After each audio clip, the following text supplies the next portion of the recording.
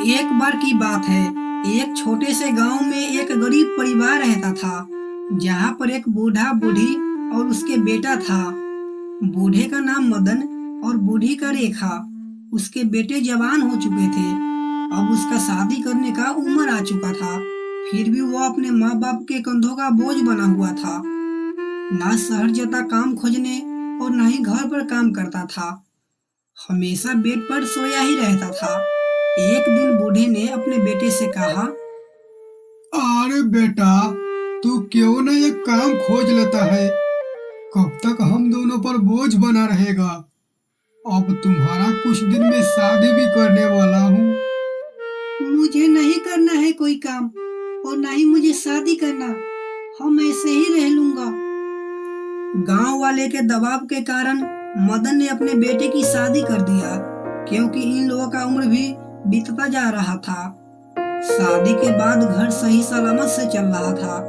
एक दिन ऐसा हुआ, मदन के ज्यादा बुढ़ापा होने के कारण उसकी आंख की रोशनी चली गई। अब वह कमाने के लायक नहीं था। अब उसका गुजर बसर उस घर में होने वाला नहीं था, क्योंकि उसके पतोह झगड़ालू थी।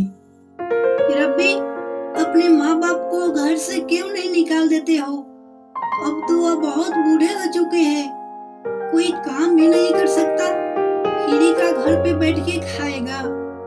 ठीक है सीमा, तुम जैसा कहो वैसा ही करता हूँ। अगली सुबह रवि ने अपने बूढ़े माँ बाप को घर छोड़कर जाने को कहा। ऐसा बात सुनकर मदन की आंखों में आंसू टपकने लगे और बेटे की एक ही बात कहने पर वो दोनों घर छोड़कर चला गया। दोनों चलते चलते एक घने जंगल में आ गया। उसी जंगल के पास एक घर दिखा। उसी घर में दोनों बूढ़े बूढ़ी रहने लगा। रेखा, अब तो हम दोनों से कोई काम नहीं हो सकता। अब क्या करूं? क्या खाकर रहेंगे हम दोनों? हाँ, लोगों से भीख मांगकर दोनों का पेट चल सकता है। अगले सुबह मदन हाथ में कटोरा लेकर गांव की ओर निकल गया।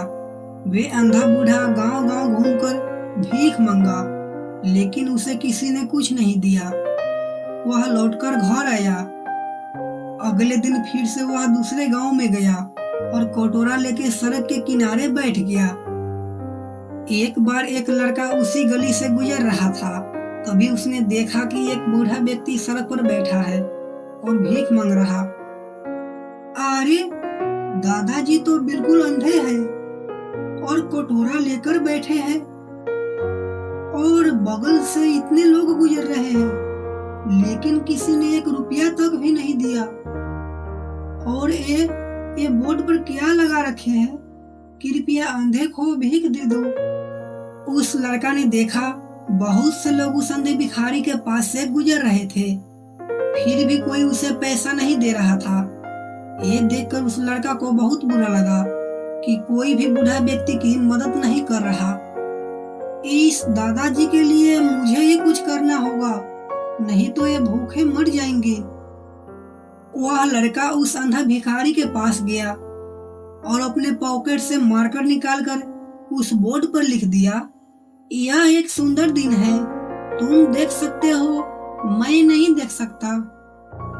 अंधा भिखारी को पता था बोर्ड पर कोई कुछ लिख कर गया है, लेकिन उसने कुछ नहीं कहा। बस कुछ ही मिनटों में यह खाली कटोरा पैसों से भर गया था। इस बोर्ड पर क्या लिख दिया है? उसी समय से कटोरे में पैसे की बारिश होने लगी। बूढ़ा व्यक्ति ने एक पढ़े लिखे अनजान व्यक्ति को रोका और उससे पूछा, अरे बेटा, इस बोर्ड पर क्या लिखा है? वह अनजान व्यक्ति ने जवाब दिया कि यह एक सुंदर दिन है, तुम देख सकते हो, मैं नहीं देख सकता। हमें इस कहानी से यह सीख मिलती है, अगर हम सही शब्दों का प्रयोग करते हैं तो हम लोग अनेक लोगों का विचार बदल सकते हैं।